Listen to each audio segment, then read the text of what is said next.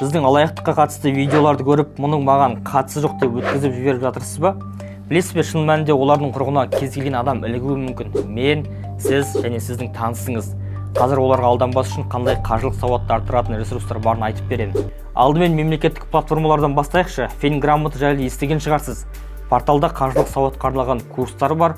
Сондай-ақ сауат деңгейін анықтайтын сауалнамадан өтуге болады. Банк аударым туралы ресми деректі оқыңыз келсе, ұлттық банктың сайтына кіріңіз. Нақты ақпарат алу үшін Ішкі істер министрлігі, қаржы министрлігі секілді сайттар бар. Кезекті платформа егоп порталы. Онда киберқауіпсіздік деген арнайы бөлім бар. KZCert деген порталға жүгінсеңіз болады. Бұл сайтта негізінен хакерлердің шабуылдары, алаяқтардың жеке деректерді қолды қылуы, интернет-фишинг секілді тақырыптарға материалдар жарияланып тұрады.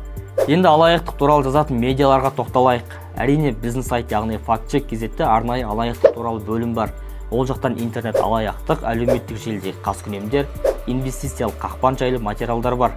Сондай-ақ Финпром KZте оқысаңыз да болады. Сайтта алаяқтық туралы жаңалықтар мен арнайы жарияланымдар шығып тұрады. Алып-сату платформалары мен жеке банктің сайттарын мұқият оқып шығыңыз. Онда алаяқтық туралы ескертулер міндетті түрде болады. Мысалы, Крыша KZ, OLX KZ, Колесо KZ секілді. Қаржы сауатын арттыруға көмектесетін халықаралық ұйымдар да бар.